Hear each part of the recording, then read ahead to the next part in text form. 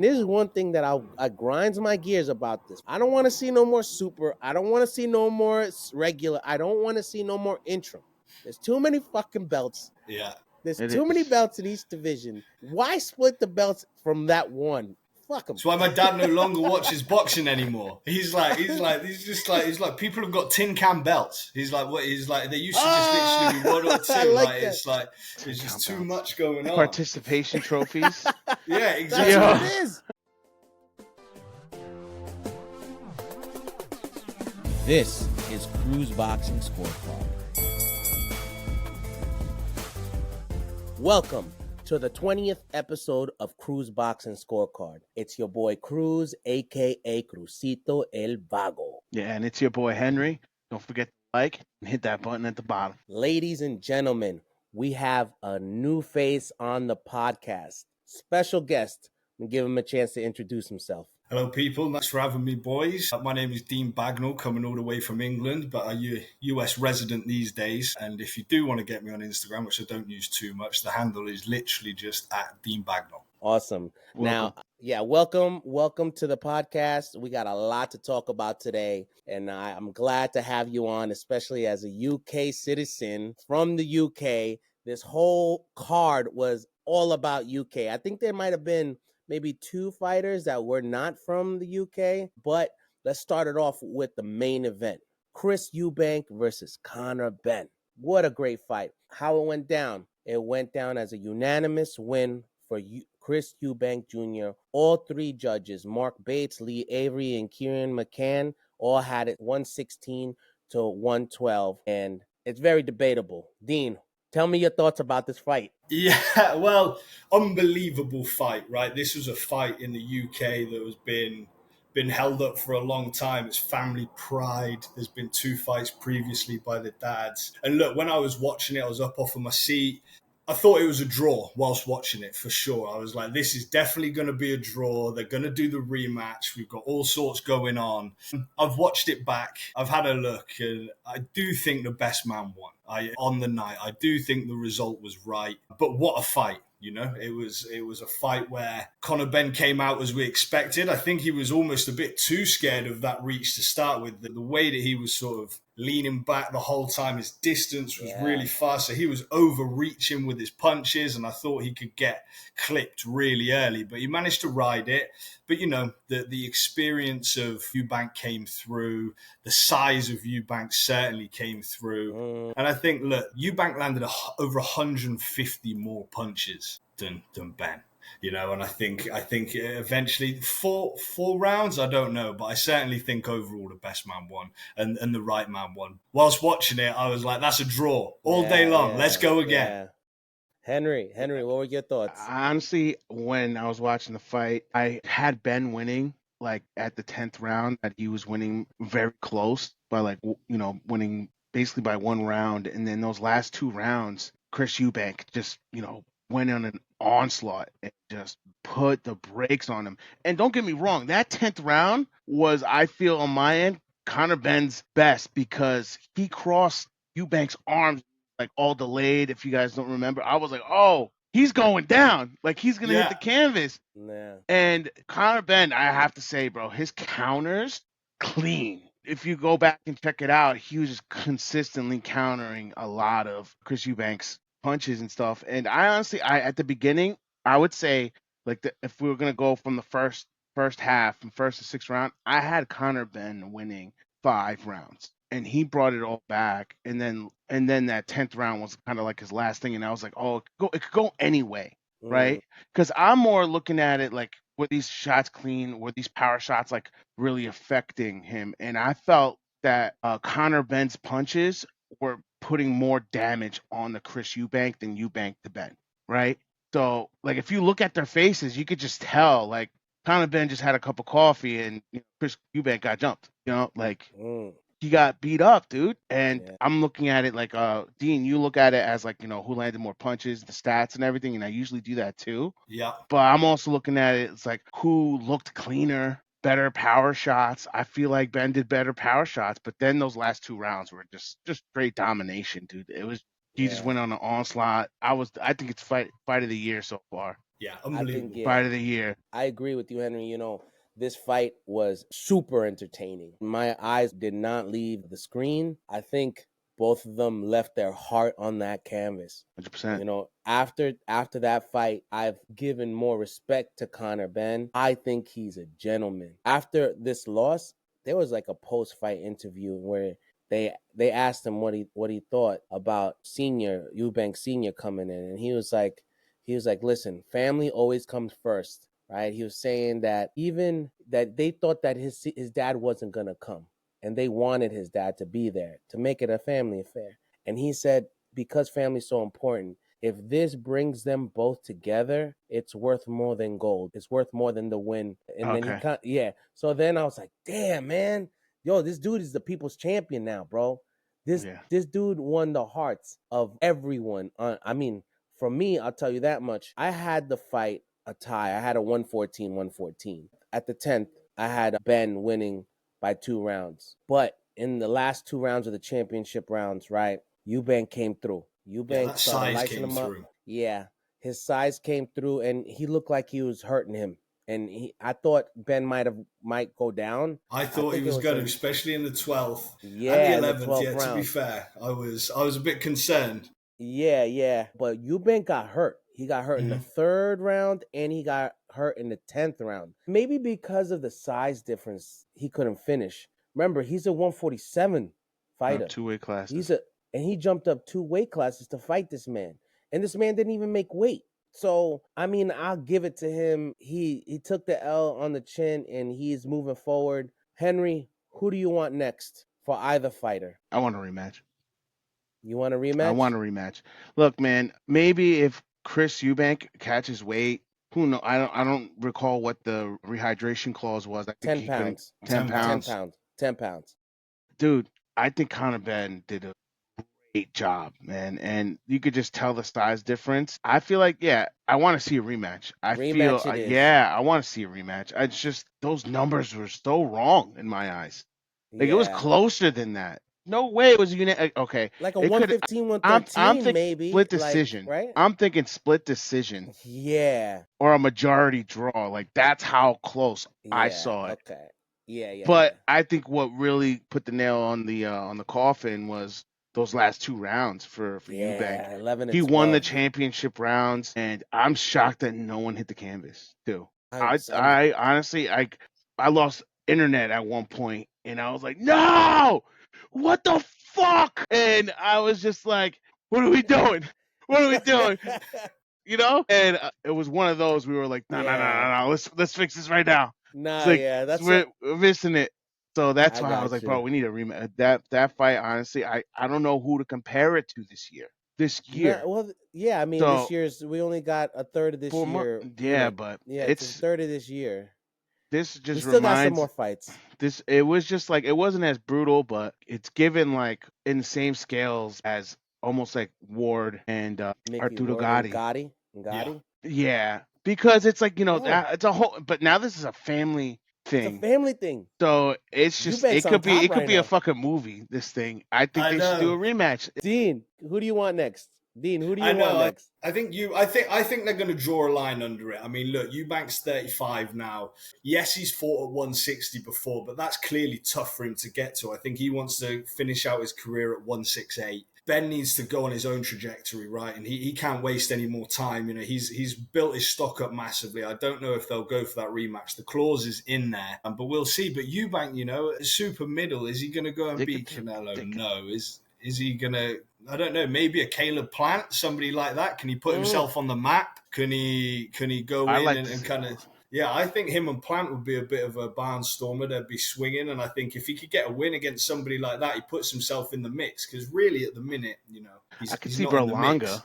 Yeah, exactly. That would be a great one. That'd be a good one, Berlanga. I could see another catch weight.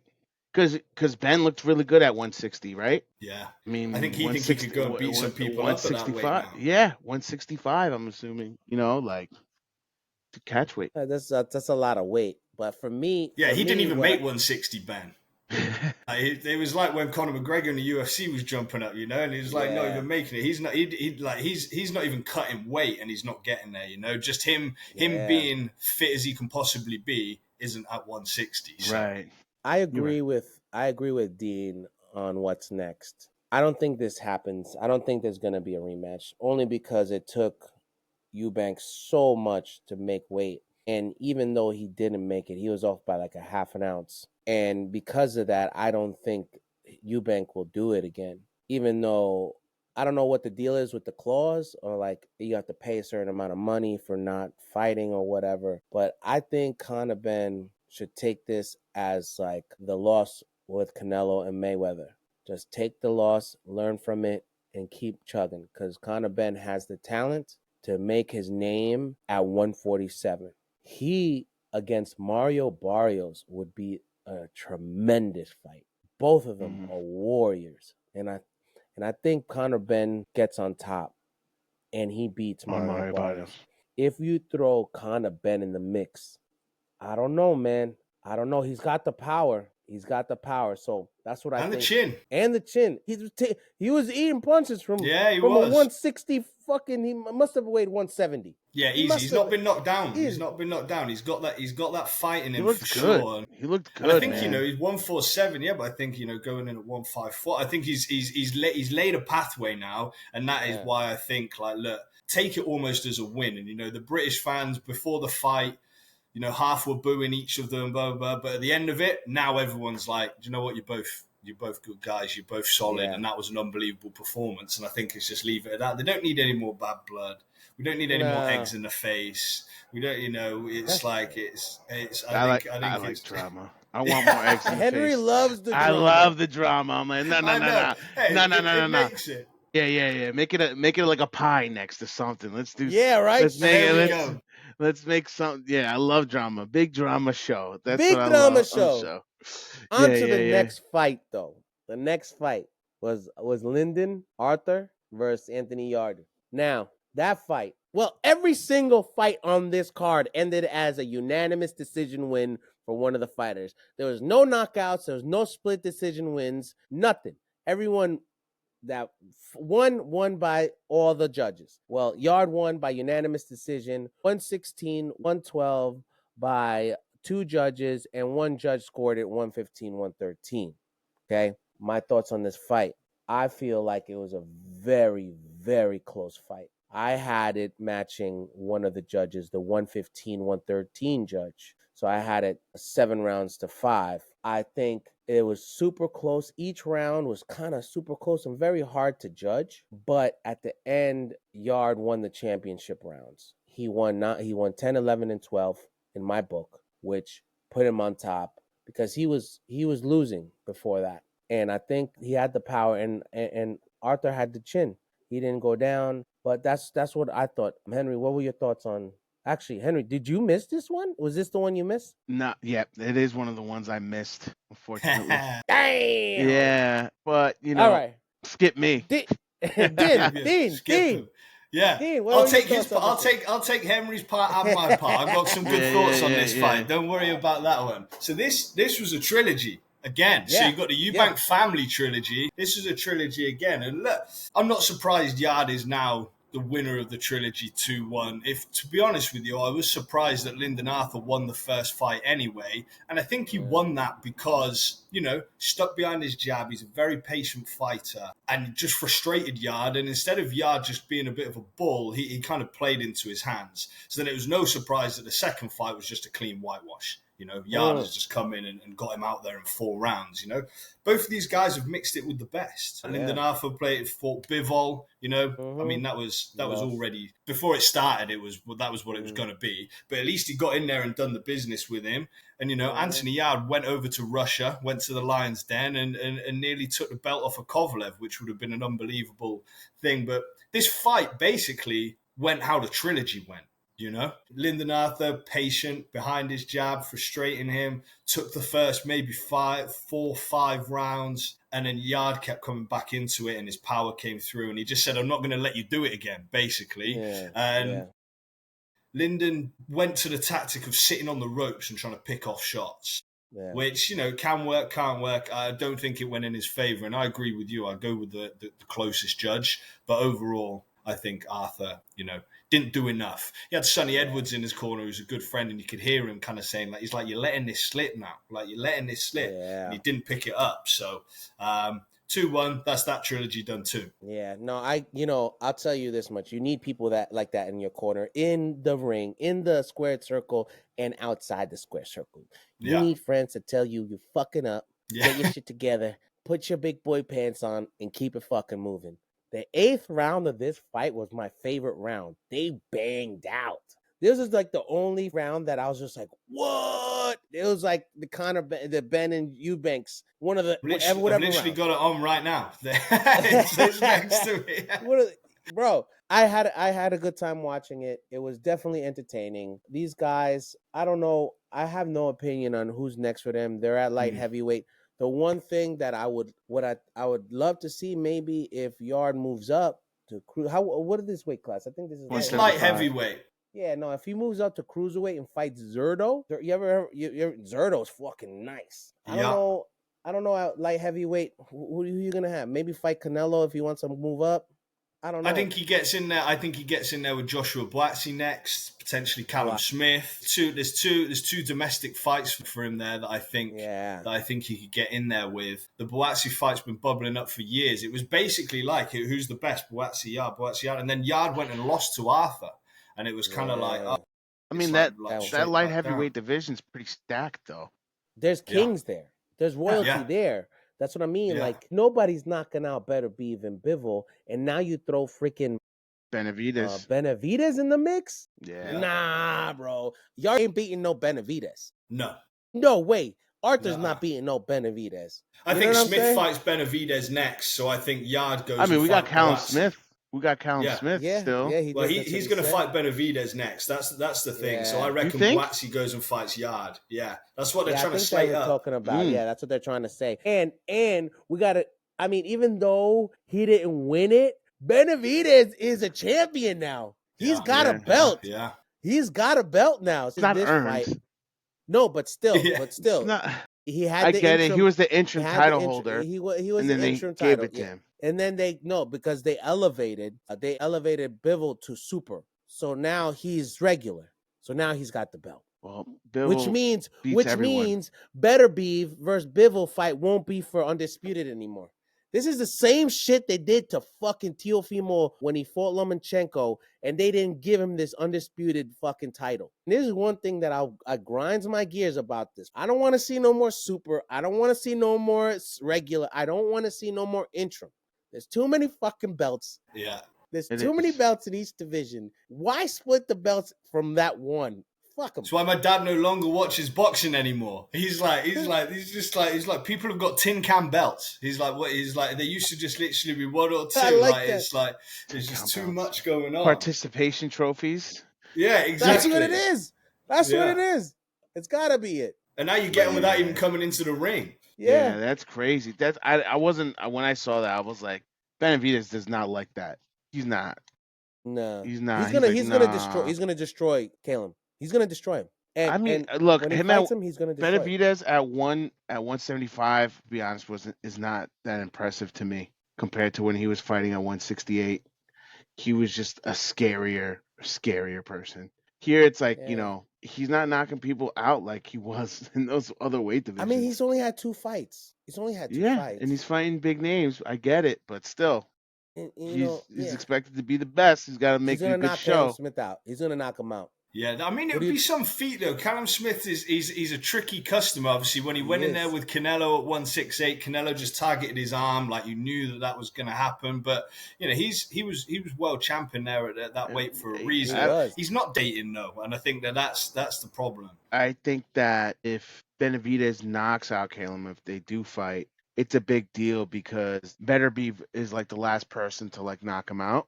So it's like you don't want to compare apples to oranges or whatever, but if he doesn't knock him out, that kind of shows that he doesn't have the same power that Canelo folded him too. Didn't Canelo fold him like a lawn chair? I think he hit him with a body punch. Was it? Well, it's Callum Smith. Yeah, he blew his arm up. Remember, he was just targeting that. To stop that. But I think overall the problem is with the Yarde Arthur situation is look what's happened. We've ended up talking about Benavidez, Smith. I just don't like this is it for them. You know, they're not going to go and beat it's just kind of which is it's good for British boxing. It's a great spectacle. They're good fighters, but none of them are going to be world champ in this division. Facts. Yeah. Move up, move down. Yeah, that's what you got to do. On to the next fight. Okay. Liam Smith versus Aaron McKenna. Beefy. Henry. Yes. Henry. Yeah, this is the one you saw. Yeah, okay, tell me what you thought.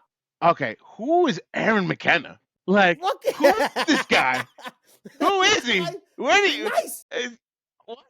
I was like, bro, what's going on over here? Lanky Irishman. Who is this guy? I was like, man, I like this guy. I like him, especially that last round was, dude looked good, man. He's got the 20 fights with 10 KOs, so he's a 50% knockout ratio. I always look at my knockout ratio numbers. Yeah. Who is he? Who is this guy going to be? Because I think Liam Smith is retiring. I think it's time for him to call it, right? It's time for him to go. He's 36 years old. He's not, where, how can I say in a nice way, but it's just he doesn't have it. You know what McKenna I mean? or Liam? Liam. He's Liam older. He's done. Time for, yeah. So how I see it, McKenna, who's he gonna fight? I want to see this guy fight. So the judges had McKenna winning, right? Basically, it was unanimous, right? Yeah. But let me give you guys the scores. One judge, Stephen Gray, had it 119-108. That's one round that Liam Smith won, right? Especially, but no, that was no rounds because they took away a point for McKenna. So it was 120. It was 120, right? Jenko Wyack had it 118-108, and Giuseppe Calderon had it 117-109. It was a landslide victory. Yeah, he got a point deducted. He did. Kind of got a point deducted on the 6 for using his elbow. Yes, he did. So that's where that point's missing, pretty much. Yep. And then he put him down too. He put down Liam in the 12th round. Yeah. He put him down. I didn't think he was gonna get back up, but he got back up. He has heart.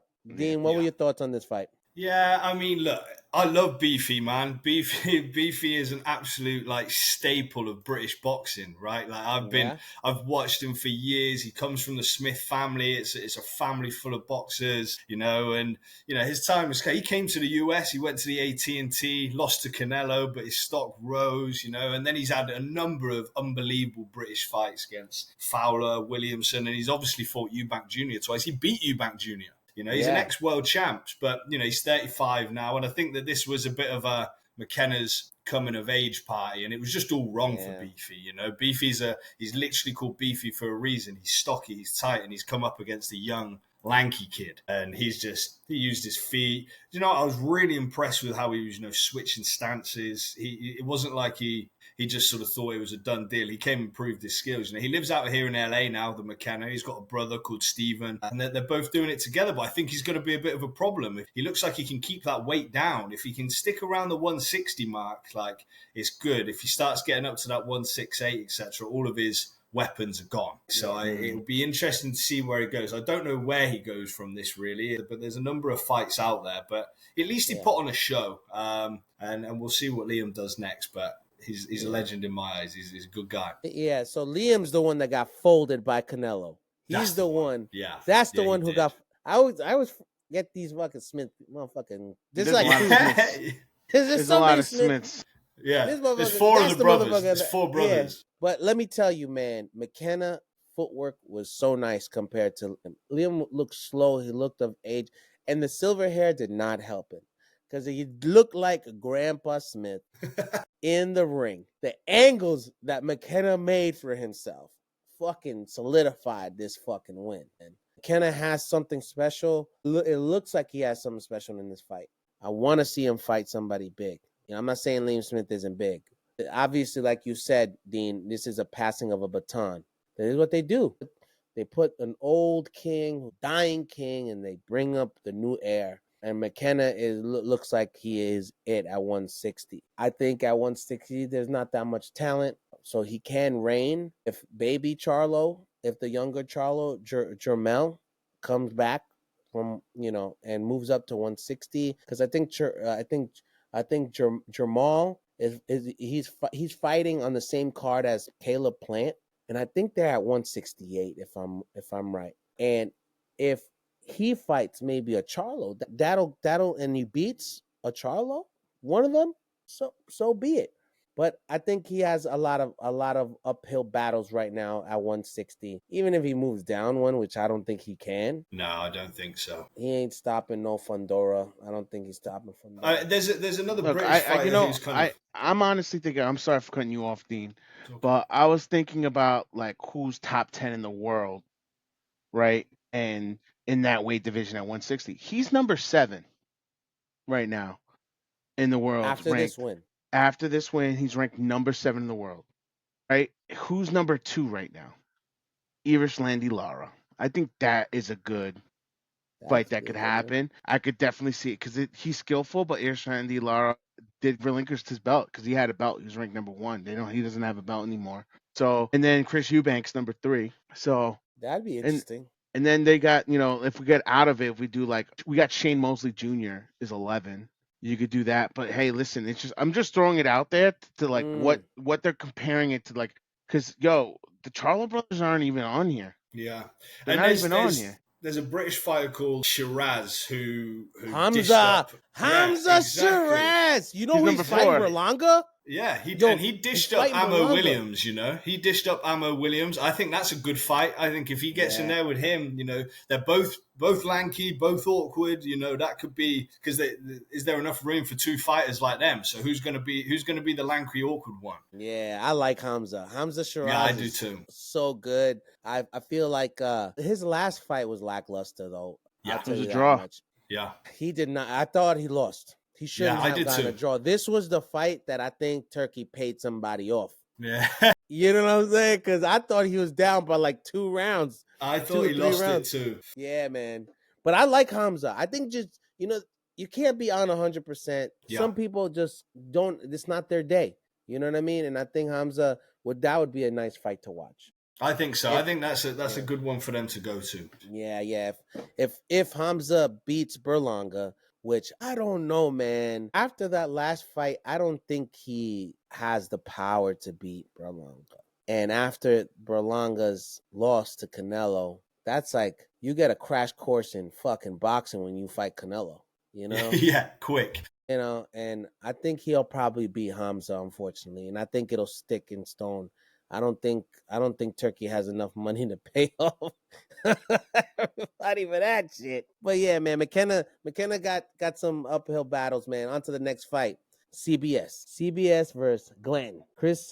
Billiam Smith versus Brandon Glanton went unanimous decision. One judge had it 116 and 112. Well, 2 judges had it 116 112. The other judge had 116 113, with Billiam Smith winning that fight. Dean, what were your thoughts on this fight? Yeah, I loved it. It was a great opener. I didn't think it was going to be the opener. I thought the Viddal Cheavon Smith might have been, but it was. Yeah. They came, and these are big boys, right? I've actually watched Billiam Smith for a long time now. The first time I saw him was 2018, 2019, and I remember it was a fight in England, and he went into the Lions Den in Liverpool to fight a guy called Craig Glover, who was a bit of an up-and-comer at the time, and he just smashed him all over the shop. And I was like, this boy could be a problem. And, he came in and he was, again, going back to the statistics, he landed like 40% of his power shots. And I think that just kind of ticked him over the line. But I thought it was a great fight. I thought Glanton came in and brought the heat. He's part of Eubank's camp. And I think he wanted to get the night off to a good start. I do think it was the right decision. I do think Billiam Smith won. But it was close. It was a great fight, and they were both laying down the leather, and it was good to see. Yeah, I agree, man. I had Glanton's forward pressure, his aggressiveness. It was stopping any momentum CBS had. I think even though he could have had more shots if they fought in the middle of the ring, he was just putting so much pressure on Billiam Smith that it kind of not stopped him, but it deterred him. Calls himself bulletproof. Bulletproof. That's what he calls himself. He wasn't bulletproof tonight. Yeah, exactly. Motherfucker had hollow point bullets. Back. I haven't seen much of Glanton, so it was good. I was pleased to get a good watch in there of him, and he's got some power. He's definitely got some heat. But like I said, CBS he's a big boy, so I wasn't surprised that he couldn't get him out of there. When I first started watching the fight, I wanted Glanton to win, and I was like, he's the only American. Yeah. Let me root for this motherfucker. Yeah, yeah. Because UK won. Yeah, we know. UK won. So I figured I'd see, I'd root for him. CBS, he fought big names. He fought a big name cruiserweight in his last fight, and he got his ass handed to him. And Henry, this is the guy Zurdo I was telling you about. Ramirez, Gilberto Ramirez. Bro, This guy's dangerous. Eddie Hearn was talking about having Usyk step down and wait back to cruiserweight to fight Gilberto. That's how good Gilberto is. I don't know who would beat him. The only person that beat him was Bivol, but that wasn't at cruiserweight. He moved up after that. Yeah, I remember seeing, I think the last fight I saw him fight was against Joe Smith Jr. Yeah. Yeah, it was the last fight, and he won by unanimous decision. He looked really good. And this is right after that loss against Bivol too. So, yeah, I definitely know. Like he just reminds me of somebody that we would see at church. Right. It seems like a nice guy. Yeah, a demon in disguise. A little like a Natty Golovkin. Yeah, for sure. It's like yeah. He's a problem. I would like to see that fight. Smith and him, that would be fire. That would be a good fight. I think so. If we were in a cruiserweight, Opatai is the champ at the moment in that weight. That's a great fight. He's a monster. We'll see. But Eddie Hearn has the way of doing these things. He put CBS in with Ramirez, and it was just like it's a big stall for people's career. He'd done it with Josh Warrington, a fighter from my home city in England, and it's like stuck him in there with Lara, which obviously ended up being a drug abuser and a cheat. But at the same time, it's like Warrington's just on the rise, and it's almost like he doesn't do his homework enough, and he just slams him in there with an absolute animal, and it's like boom, straight down. But who am I to say that Eddie Hearn doesn't do his homework enough, right? Yeah. Yeah, I was just watching a clip with him that just talking about discussions, His Excellency, and just fighters that they're trying to keep because a lot of the contracts are ending for a lot of the fighters that they have. How can we keep these guys permanently with us to keep it going? They're talking about big money fights now. His Excellency has been pushing hard, and he's taken over boxing already. Yeah, it's it. That's it. After Showtime's exit, after fucking ESPN's new exit of boxing, it's different. There's a void to fill, and Turkey. Turkey saw the chance, and man, he's changing some lives, man. Like that Josh Padley when he just gave him the chance the other day, and all of a sudden Padley's just bang straight back in now, and it's good to see. And do you know what the best thing is the pay-per-view. Everyone's trying to rip you for $80 all the time. Yeah, he's just like, there you go, $25. Like that's what American, it is. Baby. Yeah. It's nice. He's been dropping the ball though. He dropped the ball. He was like, free admission for everybody to view for this fight on Friday next week. Now it's only 300 people in a private area and unknown. I knew it was going to happen that way. So Dean, check it out. So we were planning once this fight was announced, the Garcia versus Rolly fight, it was announced it was going to be public and it was going to be in Times Square. It's right around the block from us, basically. It's right here. So we were like, yo, the boys, we could go. We were making plans. Henry was like, yo, let's go get a hotel room right on the strip right there, so we could see it from the hotel room window. Bro, see it from the window. Yeah. And then I'm like, how are they going to even manage it? There's a precinct in Times Square that manages the whole fucking area, right? There's no way that they can manage it would be a mob. It would be a mob of New Yorkers.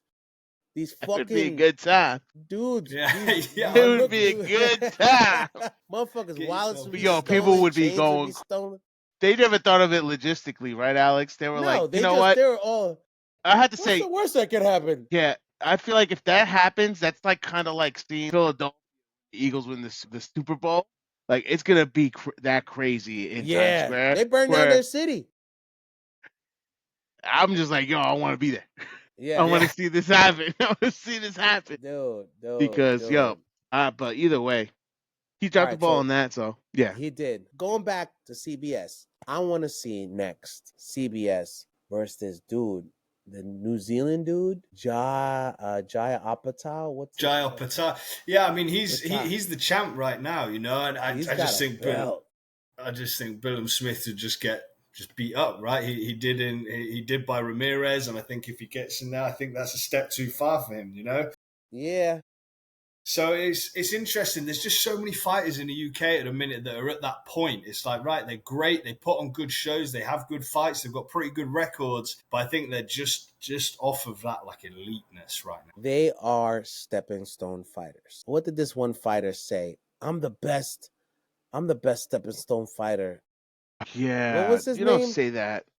I think it was Barboza. No, it wasn't Barboza. Fuck, I forget his name. But anyways, he says, I'm the best champion to go through to be a champ. You can't fucking come through me. He said, yeah. I'm the best stepping stone fighter. Yeah. He was in Creed. Fuck, how did I forget his name? What? English? No, he's not English. No, I don't know. Wait, Creed. Let me. The fighter that was in Creed was Tony Bellew. The fighter was in Creed was Tony Bellew. Bellew, yeah. It was no. Gabriel Rosado, real Rocky of Philly. Yeah. Rosado. He was in the training gym once him and Rocky hooked up in the movie, and he was the first fight that he had, and then he beat him to fight Bellew and lose to Bellew, right? But he said, I can't believe it came out of his mouth. He's a stepping stone GOAT. Yeah. Like, who the fuck? Well, like, if you really think about it, man, the dude has got he's lost a lot. Yes. He's got 17 losses, right? But I remember meeting the guy. I met him twice. Probably at the MSG and another time. In the theater. So they're both at the MSG, but one was in the garden, one was in the garden, one was in the theater. I like him. He's humble. He's a good dude. Yeah. He knows where he's at, and he's still getting paid. He's making millions. He's getting paid, and he's like, you know what? You got to get through me before you can get to him. So, understood. I don't blame him, and I'm a big fan of him because he's involved in the knuckle boxing too, and I give him that. He's like, I still got to fight in 2 months, and he's going to bare knuckle fight.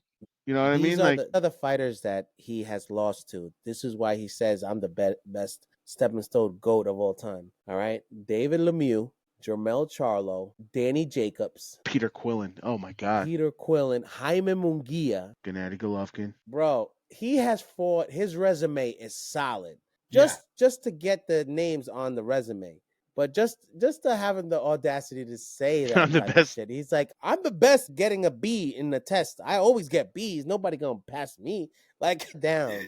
Simmer down, kid. All right, gentlemen, on to the next fight. All right, let's see what we had next. So I kind of I changed places. The first fight was the CBS fight, right? Yeah. And then we had Viddal Riley versus Cheavon Clark. These are another cruiserweights, right? Riley wins by unanimous decision. 115-113 on one judge. The other judge had a 116-112, and another judge had a 117-111. I think all these fights were kind of well matched. We didn't see no knockdowns on this fight. We didn't see no knockouts in the whole card. I thought it was close. I had it tied going on to the 6th round. But at the end, Riley's footwork was so nice. He was I couldn't believe. He looked like a smaller guy, like a lighter guy at a cruiserweight, moving the way he did. It reminded me Ali's saying float like a butterfly, because this guy was just moving, just gliding across the fucking ring, bro. He won the championship rounds. I had it 117-111 Riley. I think I had it around about the same. Look, I think the biggest thing for this fight was the fact that Riley was a Tottenham Hotspur fan in the Tottenham Stadium against Cheavon, who's the Arsenal fan, right? I think that was the biggest thing here. I think we've got another case of McKenna Smith. You know, Riley's the younger guy.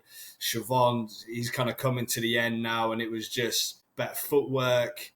much more athletic, and he was hitting with the shots. And Clark, he tried to increase his pressure, I felt, during the fight, but he was just making him miss. And it was just, I think for me, it was a little bit, probably the worst fight on the card for me. I think it was almost like a done, even though McKenna completely dominated Smith, it was still like exciting, and there was a lot more skill involved. Riley dominated, but I didn't ever think Cheavon was going to get in there. So it was a good fight, and I think now he's the British champ. They've just got to work it right. His name is cruiserweight. He's way off of that kind of elite level, but he knows that, and at least he's in the right position to step forward now. And I think he was the right man to win. If Cheavon had won it, he's 34. It's like, do we need a British champ at that point? This guy's 27 now, so let's... Is he British, though? I thought he's Jamaican. Yeah, I was rooting for him. Yeah. I was rooting for Cheavon. Yeah. He's a rude boy. Yeah, man. There's a huge Jamaican population in the UK, There's... big time. Yeah. The Eubanks. Yeah, of course. So, yeah, man. I don't know. That one didn't entertain me the most, but we'll put it that way. But I think it went the right way. Definitely went the right way. Yeah. No, the judges didn't fuck up on this one. No, they did not fuck up on this one at all. I think Cheavon, he's the older fighter. Riley, for a YouTube star, not too bad. Yeah, he should fight fucking Logan Paul. No, Jake Paul. He should fight Jake Paul. He should fight Jake Paul, and then the winner wins the YouTube fucking belt. That should be it. That should be it. I don't know if I like the sound of getting a YouTube belt out there, man. I know. But, don't get me wrong. Listen, so I'm in the middle, right? So the real boxing fans hate what Jake Paul is doing. Yeah. They say, oh, he's not a real fighter. He's making a spectacle out of things. But then I see how many young kids are now watching boxing because of him. He's bringing on his millions of fans to watch boxing. And don't get me wrong, man. Boxing it's a dying sport, bro. A lot of our fans went to UFC once that shit was popping. A lot of my boys know more about UFC than boxing. So me seeing this kid, Jake Paul, just what he's doing for boxing, I respect him. So just to get both of their fans, their millions of fans to get into boxing, bro, bring it up. It'll elevate it. You know what I mean? Yeah, I'm not completely against it for sure. But I'd like to just see him get in there now. I think he's been training long enough. He can clearly box a little bit for sure. And so I'm not against it. So now let's put him in with someone. Let's actually not Tommy Fury. Yeah, bro. He's fighting Julio Cesar Chavez Junior. He's fighting Junior. When? He's in June or July. They're fighting. There we go. Let's talk about it. This is what I'm saying. Let's talk about it. All right, Henry. What happens in that Jake Paul versus Julio Cesar Chavez Jr. fight? We're moving on to open discussion, fellas. Oh my God. Yeah. Open discussion. Julio Cesar Chavez Jr. I think Chavez loses. I think he loses. I believe he loses. Because, bro, he just doesn't give a shit. He doesn't care, I feel like, a lot of the time. He's going to be doing lines of coke in the middle of the rounds, bro. That's what's going to happen. He looks like it. He's that. So Chavez, so his last fight was against the UFC fighter as well, right? So he's kind of already in that little game. I think Anderson No, Silva, Uriah Hall he fought. Another one. Okay. Yeah, Uriah Hall it was. But I mean, he's good. So yeah, and then before that, he was out of the ring for 3 years. So yeah, he's just getting paid, bro. Yeah, I saw he fought Anderson Silva. That's right. I'm pulling up his record, bro. Dude. He posted a video after the breaking news: Jake Paul versus fucking this guy. Yo, his training video looks so bad. He looks like he doesn't know how to fight. The way he was throwing punches, I was like, who is this guy? This is not the same dude. Yeah. I don't know what's going to happen. I agree with Henry. Jake Paul is probably going to win. Who do you have winning with Jake Paul versus fucking Julio Cesar Chavez Jr.? Yeah, no, I go Jake Paul too. Like I said, even though it's been the YouTube stuff, right? He's at the end of the day, he's been training he's been training fucking hard. So he's got some skills in there, and he can, he went the distance with Tommy Fury, who claims to be a boxer too. I think he goes and beats him. These last however many fights have been, UFC fighters. I think he and beats things like Chavez. that. So I think he beats it. I don't think Jake Paul would take it if he didn't think he could, for starters. Facts. Oh, it's in Anaheim. I'm gonna have to go. Let's go. Let's go. All right. Yeah. Hell yeah. I didn't realize. Yeah. I just went there with Anthony actually to go watch the Ducks, so I'll get myself back in there. Yeah, he was telling me about that. Yeah, we're gonna be in town. Well, Henry's not. I'm gonna be in town on July 4th, bro. Yeah, nice. That's just before we go to Alaska. Let's get it done. Oh yeah. Me and my wife are coming down for Erica's birthday. That whole I'm just looking at his Julio Cesar Chavez's background because I think like his best fight he lost against Sergio Martinez, and I can't believe this fight was 13 years ago. Because we thought I'm not sure if you remember this fight, Dean, or if you even watched it. No, I don't. No, I didn't. You got to pull it up because, like, Julio Cesar Chavez is getting his ass beat. He's lost every single round, then they're like, "Yo, it's the last round. You got to knock him out." And bro, it was insane because he knocked him down. Sergio Martinez. Do you remember Sergio Martinez, Dean? He's one of the best Argentinian, one of the best. I think hands down one of the best Argentinian fighters. Leg, bro. And he knocked him down, and we're like, I remember like this was like no fucking way, he's gonna knock him out.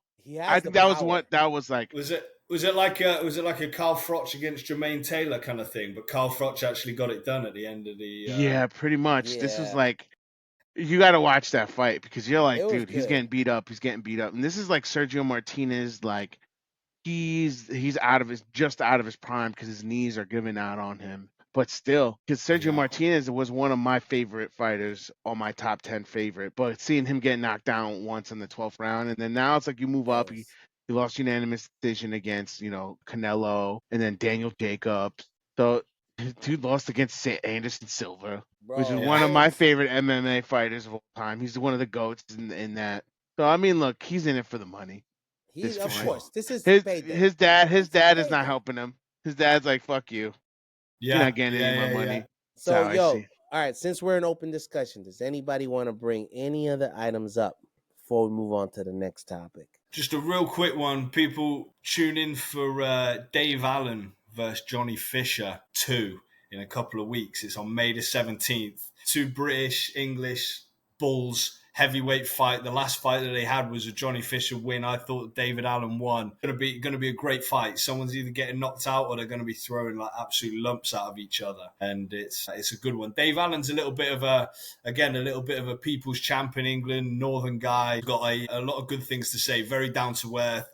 He's fought against like Ortiz and a number of people. He lost against Tony Yoka after Yoka won the Olympics and then got done for what was his name? Drugs. David Allen, you said? David the White Rhino Allen. You definitely will have done. I've seen him fight before, but he's got an impressive knockout ratio. He's come back from he didn't kind of take it seriously enough, people would say, and he's just got a great punch, and now he's a bit of a family man now, and he's back in and he's fighting Johnny Fisher, who's an up and coming heavyweight who's been breezing through people, and he made it a real tough fight for him last time. So they're having a rematch on May the 17th. So my little input is make sure you get that watched. It'll be a good fight. May 17th. Okay. How do we watch it? May 17th. That'll be on DAZN again for sure. It'll be an Eddie Hearn situation. Yeah, it's a matchroom boxing situation. Definitely matchroom boxing. Henry, Johnny Fisher's 13 and with 11 knockouts. David Allen has 7 losses and 2 draws. So. Yeah, with 23 fights. So he's got way more expensive. Got more experience. He does. But you got to watch it on his own. But if you take a look, though, Dave Allen. Johnny Fisher looks like a bro at the bar. Oh, my God. So does Dave Allen. Yo. They both guys are like going to drink some. Shotgun cans of beers and shit. Yeah, they definitely look like they're just 2 bros backyard fighting. I'm gonna watch it. I gotta watch the first fight now. But Dave Allen, he got in there with Dylan White. He got in there with Luis Ortiz, Tony Yoka. He beat Lucas Brown, the old heavyweight champ. He came into London and dropped him with a body shot. So it'll just be a good fight. It'll be a good spectacle, a little bit like what we saw this weekend. So get yourselves on and watch that. All right, people. So let me give you guys the deets on this. This is on DAZN. It's matchroom boxing, like we said before. It's going to be 1400 o'clock. That's 2 p.m. Eastern time on the 17th. Is that a Saturday? I think that might be a Sunday, but 2 p.m. New York time. It's a Saturday. That's Saturday. It's That's a Saturday, Saturday. and that's like, yeah, I don't know how you do it, Dean. That's Everybody, day drinking. Dean lives on the West Coast. Yeah, man. And when I went to go visit and we watched the fucking Canelo fight, the fight was over like at 10. I know. Remember, I came over late. I was like 3 rounds later because even I mess it up sometimes. For the football, for the soccer, it's a nightmare for me. Sometimes my team's on at like 4 a.m. here. Bro, crazy. I was like, after the fight was done, it was like 10 p.m. And I was like, what do we do now? Drink. Everyone's usually drunk and going home at 1:30. Snap. Hey, guys, I just got an announcement. It's set in stone. Saturday, July 19th, Usyk versus Dubois. Ooh, yes. That's happening. So I'm just finding out right now. Yeah, it's happening in Wembley Stadium. That shot was not low in the first fight. Yeah. That shot was not low. So I am ready. You hurt him. Yo, that's going to be a big deal. I don't think, I'll be honest with you guys, Danny Dubois ain't got it for me. No, I don't think so either. He beats one Anthony Joshua, and now he's a fucking top notch heavyweight. But the last time he fought Usyk, he gave him some problems, and I think that's why he thinks he could. And I think this time it'll be worse for him. I think Dubois is a different fighter. So is Usyk, but I remember watching the first fight that they had, and Usyk just being a class act with him. Like, hey, listen, our division's so small, you're gonna get your belt. You're going to get a belt again eventually, but it's my time, pretty much. But yeah, look, I wanted to watch that fight so bad. I wanted to watch that, and I was so upset when they stopped it, and I'm excited. I'm excited for that bout. He's not supposed to have this chance right now. He is supposed to He got sick. I don't give a shit. So did another fighter from the UK. We talked about this on the podcast. Motherfucker had doo-doo butt. He got mud butt, and he got mud butt, and he quit. He got to go to the ambulance. Nah, bro.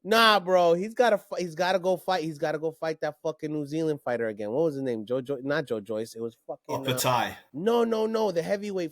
He was Joseph Parker. Which I liked Parker for years. I've been following Parker him. would beat Dubois. I don't care what anybody says. I don't know about the way that. he put down that other dude, that African. Bang? No, the one that stepped up and fought for Dubois. Yeah, he's fighting next month. I know exactly what you're talking about. The guy from South. I think he's from some part of Africa. Yeah, Martin. Something Martin. Yeah, he's nice. Yeah, bro. Anyways, well, open discussion, people. We got new news, some old news. Wow. That's crazy. That's all good right. stuff. Yeah, all right, on to the next topic.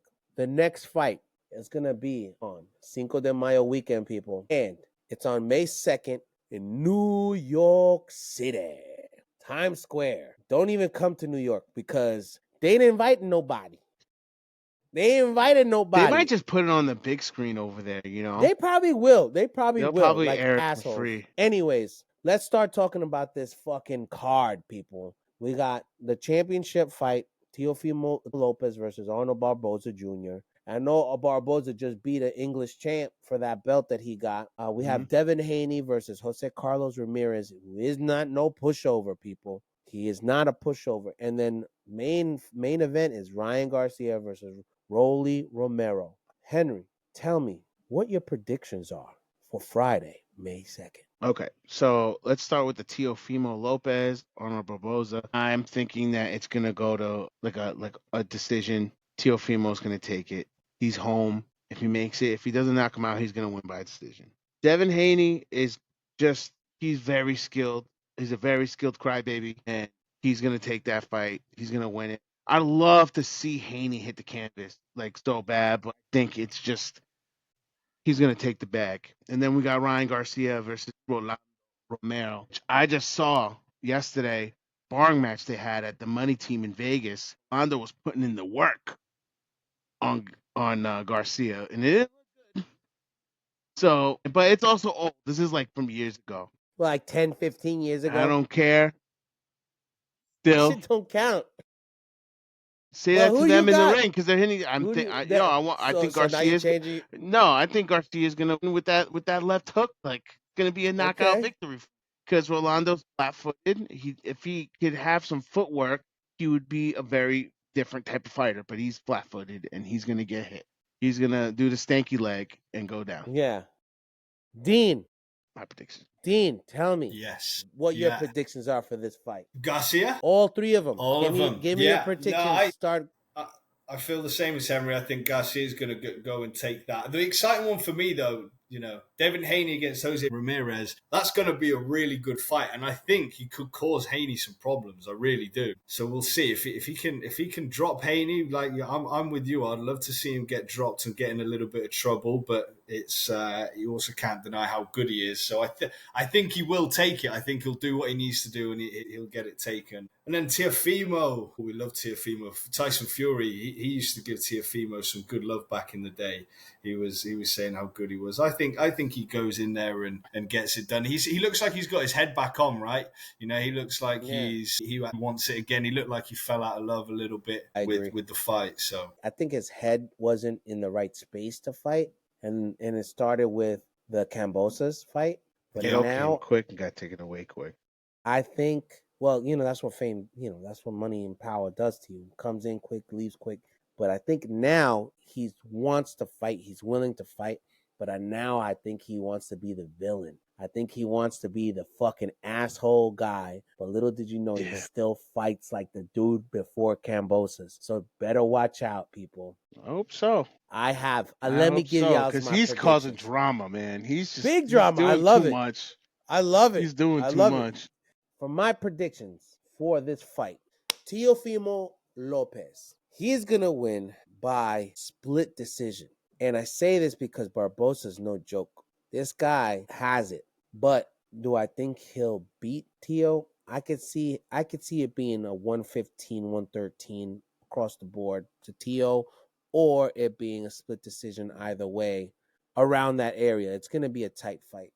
When it comes to Devin Haney and Jose Carlos Ramirez, this one's a tough one because I know Devin Haney, he's like a Shakur Stevenson. He gets the points. The points are what matters. This is a chess game, right? It's not all about, overpowering somebody. Does he have the ability to knock out Ramirez? I don't think so. I do not think he'll ever knock out Ramirez. Do I think maybe this loss against Ryan Garcia, and yes, it's a fucking loss. Did that teach him something? I think it taught him how weak his chin is. And I could see Jose Ramirez testing that chin. Motherfucker got exposed his last fight. It's going to be either a decision win with Haney or it's going to be a knockout win for Ramirez. Either or. I'm moving more closely to the Devin Haney decision win. Yeah. And then the last bit with Ryan Garcia versus Rolly Romero, I have it being a knockout win probably in the third or fourth round, knockout win. Rolly hits the canvas. He's going to come back all surprised, like, what the fuck happened? He's going to get the stanky leg and everything. Do we see how focused Ryan Garcia is right now? Yeah, he seems back. Do we see? Yo, it's going to be a problem. 147, watch out. Ennis Boots, watch out. Norman Jr., watch out. Mario Barrios, watch out. Connor Benn, watch out. Yeah, Ryan Garcia's in the mix. Yeah. Imagine that, Ryan Garcia versus Connor Benn for undisputed someone's getting banged out in the world. That's for sure. Yo, yeah. I think this one card on Friday, it looks a lot better than the card on Saturday. Yeah. And I'm more excited for this card on Friday than I am for the Saturday fight. I took off half a day off of work to make sure I fucking get ready for this fucking fight on Friday. But I want to thank you, Dean, for joining us. Yeah, been a pleasure. We could talk about this for hours on hours. Boxing is the best. We could look into these fighters and we could talk about what ifs and then see what happens after they fight.